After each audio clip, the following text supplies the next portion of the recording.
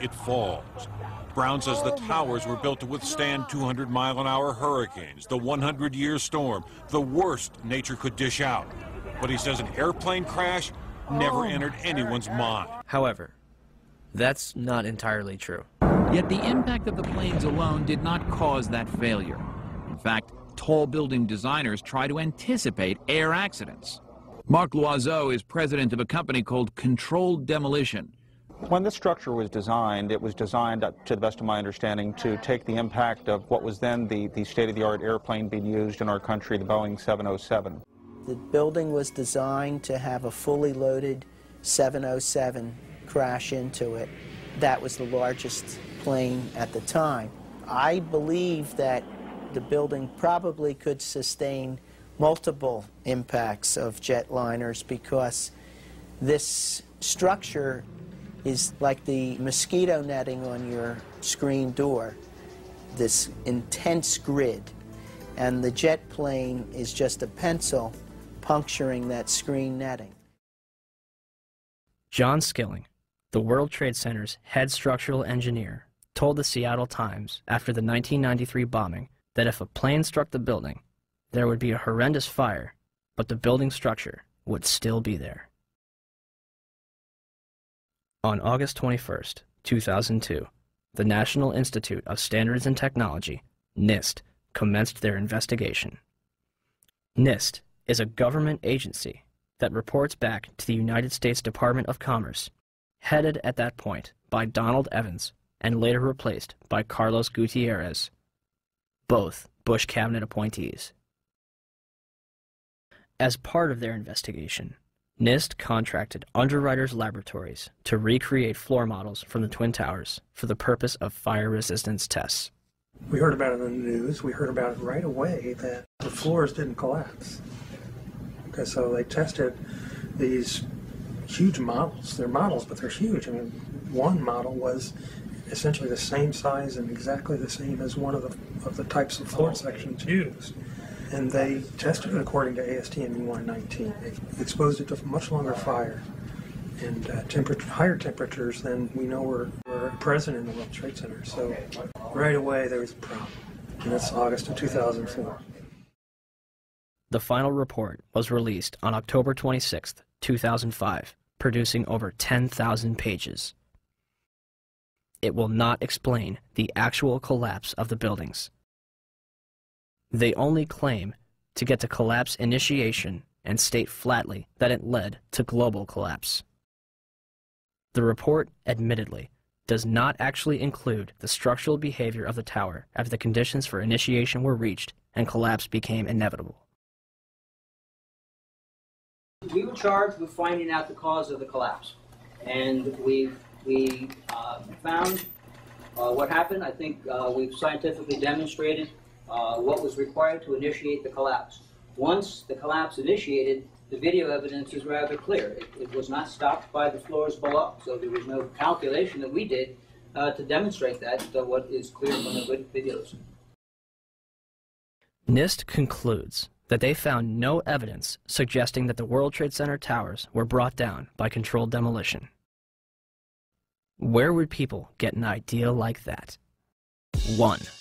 Except for material that was blown outwards, the Twin Towers collapsed into their own footprint, symmetrically, at nearly free-fall speeds.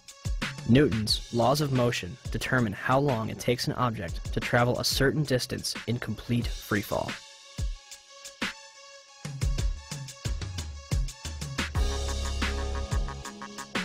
In a controlled environment, an object dropped from the roof of either Twin Tower would reach the ground in 9.2 seconds. The 9/11 Commission report will state, at 9:58, the South Tower collapsed in 10 seconds. Even NIST says the tops of the buildings came down essentially in free fall. Judge for yourself.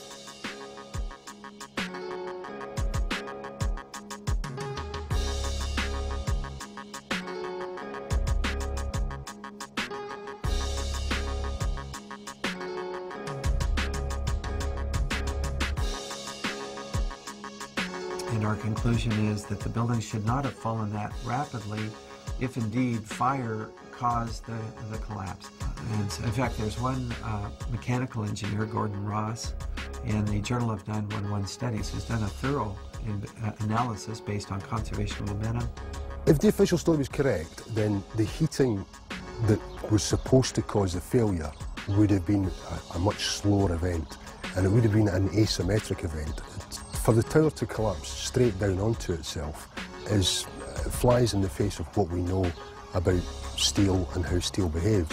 When we have a failure in one area, then the failures tend to continue within that area, and you'd see an asymmetric collapse, possibly the upper section falling off, as it twisting away from the tower and falling off.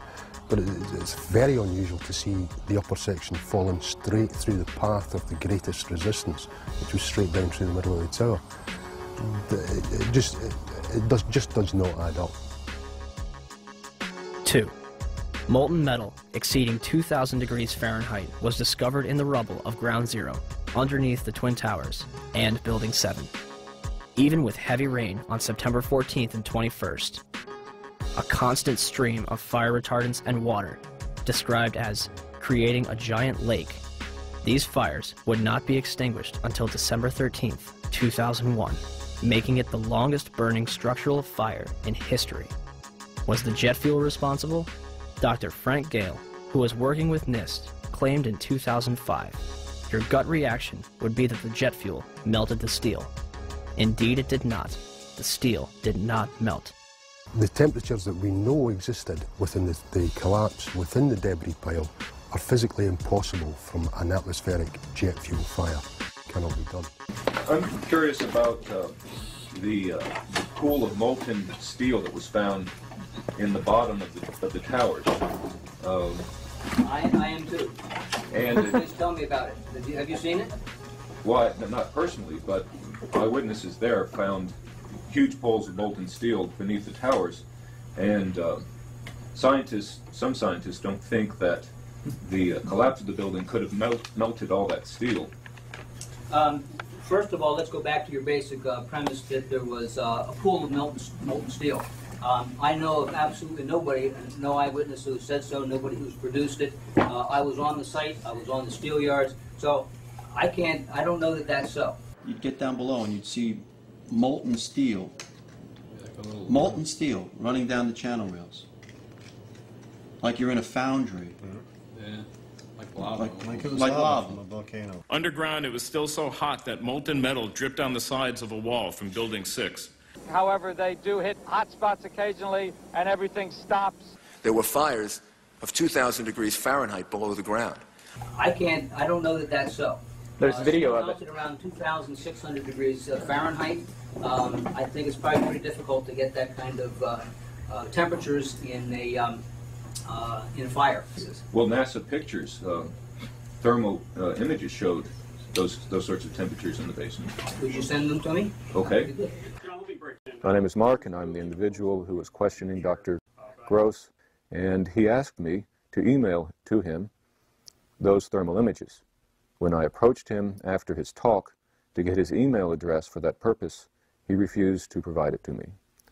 I think this is important because it reveals the attitude of the NIST investigators, which is one of willful ignorance of what really happened on 9/11.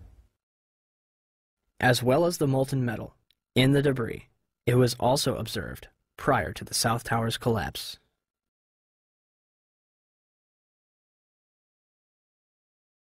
Also, a minute and 20 seconds before collapse, large amounts of white smoke begin pouring from the base of the South Tower.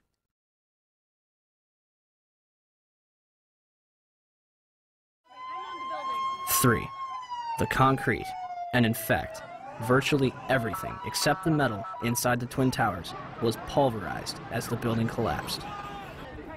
This pulverized material created pyroclastic dust clouds that raced down city streets, coating lower Manhattan in a fine dust. Pyroclastic clouds generally occur during two events: volcanic eruptions and controlled demolitions.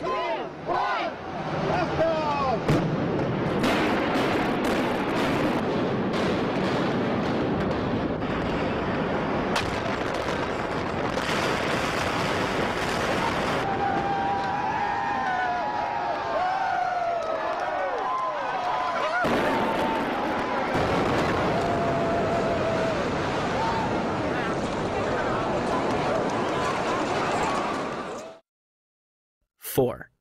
Steel beams weighing up to 200,000 pounds were thrown laterally up to 500 feet. A cross-section from the World Trade Center weighing approximately 300 tons was embedded in the southeastern corner of the American Express building. This piece would have had to travel at least 390 feet, maintaining enough kinetic energy to embed itself in the corner of the building. What we should have seen in the debris pile was a pyramidal shape. If it had been a gravity-driven collapse, we would have seen a roughly pyramidal shape or a conic shape. What we actually did see was a massive